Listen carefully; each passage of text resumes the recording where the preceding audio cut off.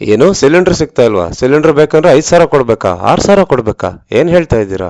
ಸ್ನೇಹಿತರೆ ನಮಸ್ಕಾರ. ಎಲ್ಲ ಕಡೆ ಗ್ಯಾಸ್ ಸಿಲಿಂಡರ್ ಸಿಗ್ತಾ ಇಲ್ಲ, LPG ಸಿಲಿಂಡರ್ ಸಿಗ್ತಾ ಇಲ್ಲ ಅಂತ ಹೇಳಿ ಹೋಟೆಲ್ ಬಂದ್ ಮಾಡ್ತಾ ಇದಾರೆ, ಮತ್ತೆ ವಿಷಯ ಕೂಡ ವೈರಲ್ ಆಗ್ತಾ ಇದೆ. ಆದ್ರೆ ನಾನು ಸ್ವಲ್ಪ ರಿಸರ್ಚ್ ಮಾಡಿ ನೋಡಿದೆ. ಕೇಂದ್ರ ಸರ್ಕಾರ ಏನ್ ಹೇಳ್ತಿದೆ ಅಂತ ಹೇಳಿದ್ರೆ, ಸಿಲಿಂಡರ್ ಕೊರತೆ ನಾವು ಮಾಡ್ಸಲ್ಲ, ಸಿಲಿಂಡರ್ ಕೊರತೆ ಇಲ್ಲ.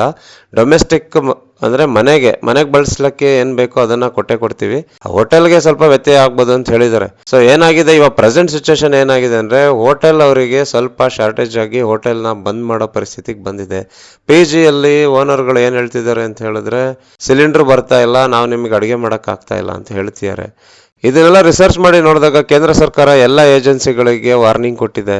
ನೀವು ಸಿಲಿಂಡರ್ ತಲುಪಿಸೋದನ್ನ ತಡ ಮಾಡಿದ್ರೆ, ಸಿಲಿಂಡರ್ ಡಿಲೇ ಆದ್ರೆ ನಿಮ್ಮ ಮೇಲೆ ಆಕ್ಷನ್ ತಗೊಳ್ತೀವಿ ಅಂತ. ಸೊ ಇವಾಗ ಸಿಲಿಂಡರ್ ಡೊಮೆಸ್ಟಿಕ್ ಗೆ ಪ್ರಾಬ್ಲಮ್ ಇಲ್ಲ, ಮನೆ ಬಳಕೆಗೆ ಎಷ್ಟು ಬೇಕೋ ಅಷ್ಟು ಕೊಡ್ತಾರೆ. ಆದ್ರೆ ಕಮರ್ಷಿಯಲ್ ಅಂದ್ರೆ ಹೋಟೆಲ್ ಉದ್ಯಮ ಮತ್ತೆ ದೊಡ್ಡ ದೊಡ್ಡ ಆಸ್ಪತ್ರೆ ಮತ್ತೆ ಶಾಲಾ ಕಾಲೇಜುಗಳಿಗೆ ಸ್ವಲ್ಪ ವ್ಯತ್ಯಯ ಆಗ್ಬೋದು.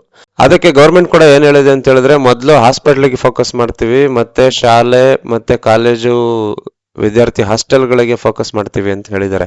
ಹಾಗಾಗಿ ಹೋಟೆಲ್ ಅವ್ರಿಗೆ ಈ ಭಯ ಬಂದಿರೋದು, ಮತ್ತೆ ಹೋಟೆಲ್ ಅವರು ಕ್ಲೋಸ್ ಮಾಡ್ತಾ ಇರೋದು.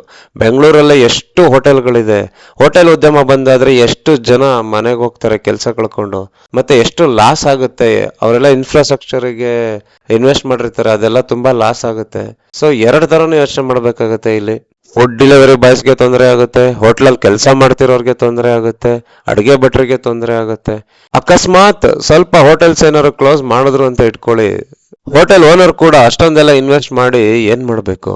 ಮಿಡಲ್ ಈಸ್ಟ್ ಅಲ್ಲಿ ಯಾವಾಗ ಯುದ್ಧ ಸ್ಟಾರ್ಟ್ ಆಯ್ತು, ಯುದ್ಧ ಸ್ವಲ್ಪ ಜಾಸ್ತಿ ದಿನನೇ ನಡೀತಾ ಇದೆ. ಸೊ ಅದರಿಂದ ಇದು ಪ್ರಾಬ್ಲಮ್ ಆಗಿದೆ ಅಂತ ಎಲ್ಲ ಹೇಳ್ತಿದ್ದಾರೆ. ಸೊ ಯಾಕೆಂದ್ರೆ ಅಲ್ಲಿಂದ ಸಪ್ಲೈ ಚೈನ್ ಏನ್ ಕಟ್ ಆಗಿದೆ, ಹಡಗುಗಳ ಮೇಲೆ ದಾಳಿ ಮಾಡ್ತಾ ಇದ್ದಾರೆ, ಮತ್ತೆ ಇಂಪೋರ್ಟ್ ಕೂಡ ಸ್ವಲ್ಪ ಸ್ಟಾಪ್ ಆಗಿದೆ. ಸೊ ಆ ಕಾರಣಕ್ಕೆ ಇದು ಆಗಿದೆ ಅಂತ ಎಲ್ಲ ಹೇಳ್ತಾ ಇದ್ದಾರೆ.